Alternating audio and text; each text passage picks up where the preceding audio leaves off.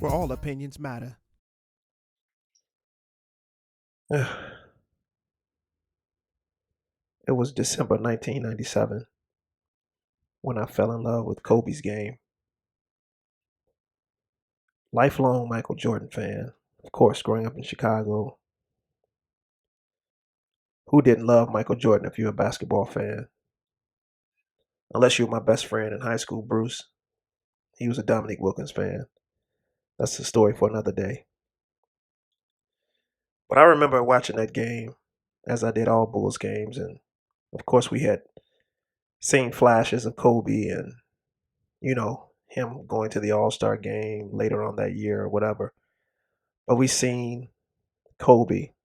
But by me being a Bulls fan, a fan of the East Coast basketball at that time, um, a more defensive side of the league, I thought at that time I was not a big fan of West Coast teams, and I just had wind of Kobe. But I was a Bulls fan, and we were in the midst of our third championship run. And when I say our, I mean Chicago. But I remember watching that game very thoroughly, and I was just like, this kid can hoop, and he looks like Michael. Hmm. And so I'm watching the game. It's a blowout game, but Michael came out early. Of course, in those kind of games, he was always ready to make a statement. When and I think everyone had began to see or try to find it. You always want to try to find that next, you know. And Kobe was starting to be touted as that next. So of course, Michael was going to come out and try to establish early who he was, and he did. Um, he had a great game, but again, it was a blowout. They handled him pretty well. But I'm watching this kid. I'm watching his drive. I'm watching how he seemed to be up for the challenge. Mike didn't seem to have the same effect on him that he had on a lot of other two guards in the league at the time. Mike had this mystique of destroying you, and seemed like Kobe wanted to let the world know that he was next. And as I'm watching him play, I remember after that game, I remember starting to tell guys in my barbershop at the time, anybody that came in, I was excited about who Kobe was and what I had seen. But again, because we were in Chicago and in the midst of the championship run, everybody was like, yeah, whatever. He just trying to copy or be like Mike. And I was like, if you're going to copy or be like somebody, why not Mike? Right? And so that was the beginning of a beautiful relationship, fan to superstar. I just wanted to see how he would progress. And obviously, he did disappoint. I spent countless hours in the barbershop arguing who Kobe was and that he was next. From that game on, I was like, man, this guy is next. This guy is next. And of course, Mike was still playing, so of course he's my favorite player. But in the back of all of our minds and heads, we kind of figured that that was Mike's last season in the NBA, and they would go on to, of course, win the championship, and Mike would leave. And I'd like to think that that was his last basket that he shot in Game 6 against Utah. I don't really remember a lot of Washington Wizard games for Michael Jordan, but I understood what he was doing. But by that time, Kobe was my favorite player by that time because Mike had retired and he became my favorite player. And I spent countless hours arguing at the time his potential greatness and what he would become. And I was in the minority in my world, in my circle. There were very few guys that gave Kobe Bryant that kind of respect. People would say that he was arrogant and all of those things. But I would always say I'm not trying to have a cup of coffee with the guy. Not trying to go to the Fridays with him. I'm talking about his game, and that was unquestioned who he was as a basketball player. Um, and so I was devastated when I heard the news, you know, and then I started to reflect on some of the great things I witnessed with Kobe Bryant, um, who is, in my estimation, the second best player to ever play the game. And so I would argue because Kobe had no offensive deficiencies, none. At the peak of his career, there was nothing that Kobe couldn't do offensively. You play off him, he's going to shoot the long ball. He had mastered the mid-range shot, mastered the fadeaway, mastered his post game, and he had already always been athletic enough to get to the rim whenever he wanted to. He's a great free throw shooter, a good passer. But another thing that separated he and Michael from a lot of other players was their dominance on the offensive side of the floor, but also their dominance on the defensive side of the floor. Multiple first team All NBA defensive, accolades. Because of course he was first team All NBA period, but then the defensive side of the basketball, he was always up to the challenge to guard and defend. So he mirrored Mike in many ways, and because I was such a Jordan fan, I became such a Kobe fan. And I could never understand why it was such a big deal for me to do that, but I got a lot of flack for that. And at the time, those, you know, like I said before, it was a minority in my circle to be a Kobe fan, but I was. And when Michael left and Phil got to the Lakers, it just seems like year to year, Kobe just took his game to the next level. And I remember watching the way he would dismantle and dominate in the Western Conference playoffs, because by the time they got to the championship, it was Shaq's world because no one in the East could do anything with him. But he had a few battles in the West, of course. But Kobe Bryant in the Western Conference playoffs will be unstoppable. He and Shaq, could go down, one would argue the best duo to ever play together just because of Shaq's sheer dominance and then who Kobe was as a well-rounded basketball player. Um, that second to me would be right now would be Mike and Scotty because of Scottie Pippen's ability to dominate on the defensive end. He's just such a utility guy. He was just good at everything, great at some things, but good at everything. And Michael Jordan was just an offensively dominant player. And Kobe had that same mentality. And I think that what I liked most about him was that his competitive nature when it came to the game, whether it be I got to get a shot up or I got to make a stop, he always seemed up to the challenge. And he seemed to work so hard at his game. And so I had no problem being his biggest fan. And I'm sure he had other biggest fans, but I had no problem with being Kobe's biggest fans. I just remember the playoff series with the battles they would have with Sacramento Kings at the time and how all of my friends would be rooting for Chris Webber and Mike Bibby, Divac,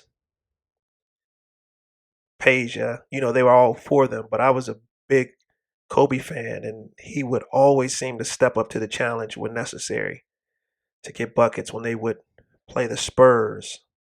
Same outcome. He and Shaq would just dominate. And it was just fun to watch. And so through the years, I just tried to tell the truth. And then when I pulled away from this fan thing and just start to analyze the game, you start to notice that he didn't have many deficiencies. all the way to the point at his peak he had none. And so he's the best. He's the best after Michael Jordan. And I'll argue that with anybody. I'll argue that with anybody because there was nothing Kobe couldn't do on the basketball floor. There was nothing that he couldn't do. And he just dominated. And when Shaq left, I just thought he was just gonna I thought he was just gonna, you know, get stats and that kind of thing. But he wasn't satisfied with that. He wanted to win some more and he wanted to win without him because everyone was saying that he couldn't win without him. So once they happened to get Gasol, you know, he did it again. But this time it was no doubt who was the leader of the team. And then I would, hear arguments like, "Oh, he couldn't win without Shaq. He had to go get another All-Star." Well, everyone usually has an All-Star alongside of them when they win a championship. I don't remember Michael Jordan winning a championship until Scottie Pippen became who Scottie Pippen was. We all knew that Mike was the best player, but we knew that those 6 championships don't happen without Scottie Pippen. Sure, and the other guys that play a role on every team. But Scottie Pippen was the second most important piece of that puzzle. And so, of course, Kobe wasn't going to win again without another All-Star. So when Powell came, what happens? He goes to the championship, I believe, 3 times in a row and gets 2 of them. He was just the ultimate competitor. I remember watching the game when he tore his or ruptured his Achilles and he walked out to shoot the free throw. And I was saying, well, there's nowhere in the world that could be an Achilles. Not him walking out back like that, but that was just the kind of guy he was. And that's one of the reasons that I like to watch him so much because he was just super competitive. And I remember listening to just recently his when he joined the Knuckleheads podcast and just listening to him and how he had, reached this elder statesman status. Um, and just, you know, what he was into now. And I'm, seeing online about his Mamba Academy and, you know, just his love for competition and preparation. And Kobe's love for preparation, I think, was only matched by someone at his level, only matched by Mike as far as skills, skill preparation was concerned. Now, one could talk about LeBron, which he does. LeBron's, as far as caring for his body and being ready for a full season, it's so obvious. But when we talk about just skilled basketball players, the two that come to mind are Mike and Scotty. I'm sorry, Mike and Kobe. You say Mike and Scotty so much, it just seems like those names go together. But Mike and Kobe, as far as skill preparation is concerned, those two were the best. And so when I heard him on Knucklehead podcast, and I've been, of course, because I'm a fan, I follow him and I just see him, away from the game. It just seems like that he was ready for the next chapter, and he was dominating in that as well. You know, the next chapter of his life, and he seemed so smooth, so intentional about every step he was making, so confident still in where he was. And he also seemed like such a family guy, outside of the scandal that he went through. Right after that, you saw nothing else but family Kobe.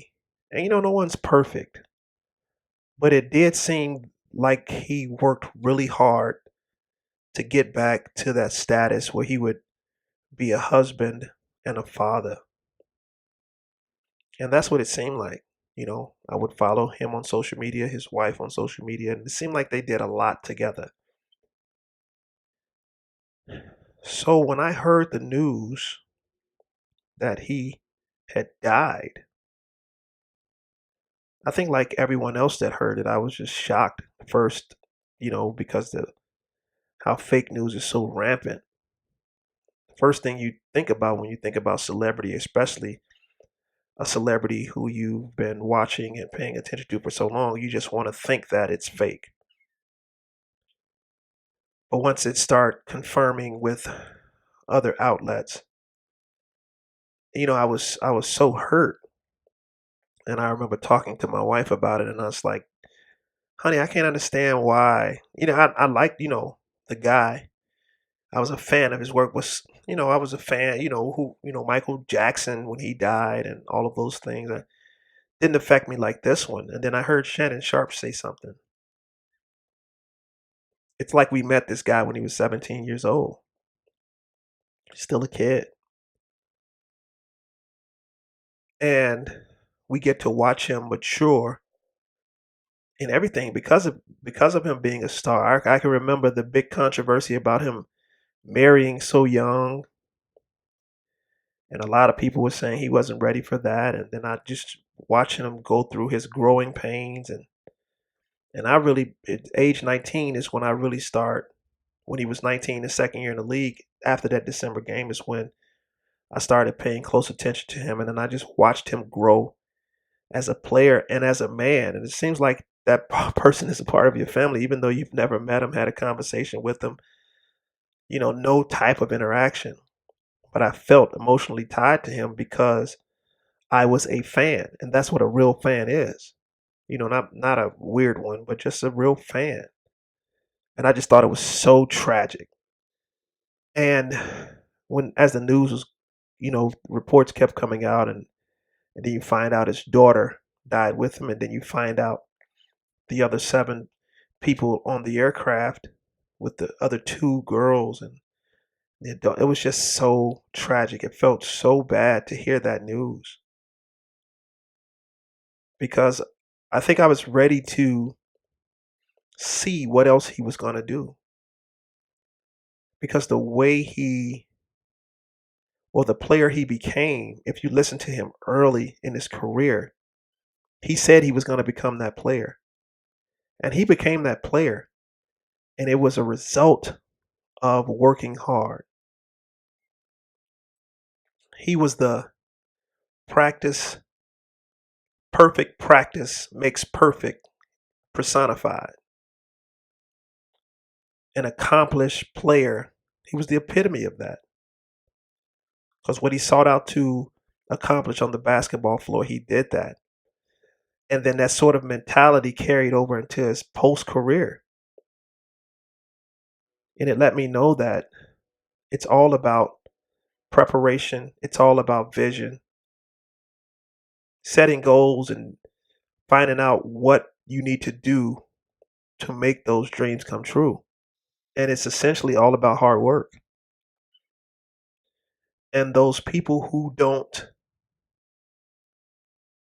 want to be around for the hard work or who criticize you for the hard work and criticize you for not playing and playing around and you're not going out with us and you take the verbal beatings for being arrogant and stuck up because you don't hang out with your teammates, but he was just about the work. He was addicted to work and the game. And I saw that in Mike and I saw that in Kobe. And it made for basketball enjoyment for those of us who appreciated the skill of the game. And that's who he was. I texted my daughter, who's in college, after this just so I can tell her that I love her. Because I'm a girl dad or a dad girl, whichever the hashtag is. I'm one of those. Got one daughter and I love her. And I thought about all the families that were affected by this tragedy, and I've been praying for them because it seems like as the reports have come out, it happened so quickly. And just like that, it was over. Those lives, all nine of them perished in a moment. And it puts in perspective how we should appreciate life and those we get to do life with. Makes me more appreciative of my wife, my daughter, my parents, my siblings, all of my family and my friends. And I want to make sure that I'm being impactful in the way I'm supposed to be impactful. So rest up, Bean. Rest up, Gigi. It was terrible, but we had his example of hard work as a memory. And if Kobe knew any of us personally, I'm sure he'd give us all the same advice to work hard at being the best at who you are. This is Stro Opinion, where everybody's opinion matter. Thank you for listening to our opinions on the Stro Opinion Podcast.